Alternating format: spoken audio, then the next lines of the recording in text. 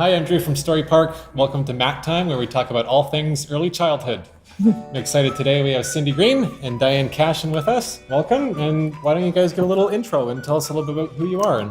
That would be our pleasure. Cindy and I know each other from working together at a community college, 3 decades ago. 3 decades. We spent a lot of time working together, talking together, playing together, and talking about everything early childhood education, especially curriculum. So thanks for having us. Yes, Yeah, thank right you, on. Drew. Well, we have a lot of loose parts in front of Yes. us, and I'd love to just get into it. And why don't you tell me a little bit about the loose parts? All right, so Diane actually came up with this exercise that really invites educators to reflect on practice and to play around with some of the big ideas in how does learning happen. Yeah, and How Does Learning Happen is Ontario's pedagogy for the early years, and it was published in 2014. And a pedagogy is about how does learning happen. And we really both appreciate this document because it supports play-based learning, it supports open-ended materials such as these wonderful loose parts, and it really helps to reinforce the image of the child as capable, competent, the image of educators as capable, competent, and the image of families as also capable and competent. So it's a wonderful document that's a starting point for educators in Ontario to embed in their practice. So we're going to go through this exercise, and when we're finished, actually, it's going to create a representation of how learning happens. So Diane, do you want to start with the Absolutely. map? This is actually my favorite part. Well, that's all my favorite part, but the map represents the foundational theories that support early childhood education. So it represents those theorists who have influenced early childhood education, from Jean Piaget, that reinforced learning by doing and using open-ended materials, Loris Malaguzzi from the Reggio Emilia approach, Lev Vygotsky, who I tell my students he's my boyfriend because I adore his theories of social constructivism, that we learn better together. And so this is the foundational piece, so it goes first. All right, so next we have the mirrors. And when we think about these materials are reflective. Yeah. And we have been spending a lot of time just together, as well as in our work with educators, thinking about reflection and reflective practice. So on the mat, we're going to add that layer of reflective practice, and it'll go something like this. And why is reflective practice important to think about and important to revisit? Well, you always have to ask yourself why. Otherwise, you're stuck in the status quo. And this document helps us disrupt the status quo, because we can't just keep doing it the way we've always done it. We need to improve practice, change things up, give children a better foundation for learning. Okay, so the kindergarten document in Ontario was published in June of 2016, actually in its final stage, because educators in kindergarten had been working with a draft document. And in the kindergarten document, it speaks about the 4 frames of learning. And the 4 frames of learning are going to be represented by the frame that we have here today. So we're going to add that. So the 4 frames of learning have been influenced by the great thinkers that have preceded us. And the 4 frames of learning also encompass the importance of reflective practice, which then brings us to these loose parts. Right, and the 4 frames of learning build on the 4 foundations of learning, which are embedded in how does learning happen. So let's start. Yes, Cindy, you got it. We start with the most important, the ones that are at the center of how does learning happen. Children, families, and educators. So we'll probably just place them in the middle. Drew, you can jump in and play. Sure. Absolutely. Now, what are we supposed to think of when we're placing these down?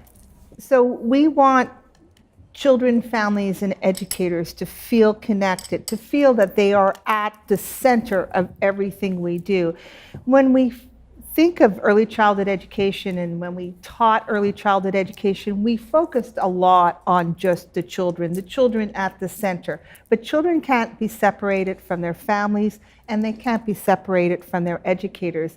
And educators need to be considered and nurtured just as much as the children and the families as well. So that brings us to the mosaic tiles. Oh, we love So those. we'll gather a few mosaic tiles here. And Diane, what do these represent? Well, we're in Canada, and Canada prides itself on representing a mosaic of peoples, First Nations people, and all those who came and have immigrated to Canada. And rather than being a melting pot where we all are assimilated and come together, the mosaic represents everybody coming together and creating beauty in their togetherness. So you see they're all colors, and they're all part of how does learning happen. And we are a mosaic of peoples, and we pride ourselves in how this creates and nurtures a sense of belonging. And belonging is the first foundation of learning, not that it's more important than the other three foundations of learning, but the mosaic tiles are representing a sense of belonging. So here we have the people. When we're thinking about, so how does learning happen? We have the people at the center of our thinking, surrounded by and supported by a sense of belonging. Right, and if this happened, if we took this representing, let's say, a child, and they're outside, they're not feeling that they belong. So it's important for educators to consider, do all the children feel like they belong? Do all the families feel like they belong? And what I like to ask them, do all your fellow educators feel like they belong? So we have to have practices that make sure that they are included. Okay, so which brings us to the next foundation of learning, which is well-being and a sense of well-being. So a sense of well-being is really important in terms of supporting children's learning and supports a sense of belonging as well. So the tree cookies that were generously donated to us by some of our favorite suppliers, they have enabled us to incorporate a sense of well-being into this play about how learning happens. And when you look at a tree cookie and you see the rings of its life, it's a healthy cookie. There's not a hole or a bug in there. It shows that well-being is built on layers. And so we can, thinking about that, Diane, what are your thoughts about where you're going to place a sense of well-being in this mix? well, I could build on to the mosaics and create a balanced structure, or I could just put them surrounding the others. What about you, Cindy? I think I'm going to add a sense of well-being to the child and the educator, as well as to the family member. So. And what I like about doing that, it represents balance as well, because some of them are a little harder to balance, and that's part of life as well. Aha. So now we're on to the buttons. No, we love buttons. We love buttons, and buttons are going to represent the next foundation of learning, which is about engagement. And How Does Learning Happen talks about when children feel a sense of belonging and a sense of well-being, they're in a better position to engage. Drew, where might you place your buttons to represent how the people are connected to a sense of belonging and a sense of well-being? Well, I was actually going to ask you a question because it looks like it's getting pretty crowded. Right? So is there a place, are you supposed to put it somewhere, or it's completely up to you. the play? That Okay. we do this many times in many different workshops. In fact, we just did it. And each is represented differently. And that's part of play and open-ended materials, that there's no right or wrong way, but it's the thought process involved in their creation. And when you're doing this with educators, does it take time for them to do this? Because I feel like it really takes time to stop and think about every element that you're placing on the mat, because I could see maybe you just kind of put them all down. And you're making reference to reflective practice. So as we're thinking about how these materials represent the foundations of learning, we are placing, or I am placing these materials intentionally, knowing that they represent whatever foundation of learning. And when we finish this, we are then going to share with one another why we did what we did. Knowing that we're thinking about creating a representation of how learning happens. We are on expression. Expression. So we chose these lovely glass beads because they're iridescent, you can see through them, they're different colors, so they're very expressive. They pick up light, and so where are we going to put those? Here's one that's also beautiful.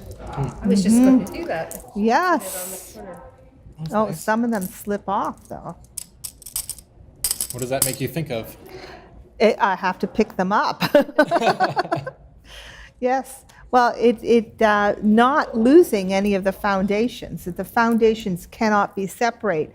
So they look like they're represented in a pie, in a circle. You can't take a piece of the pie. You can't not. A child can't feel well.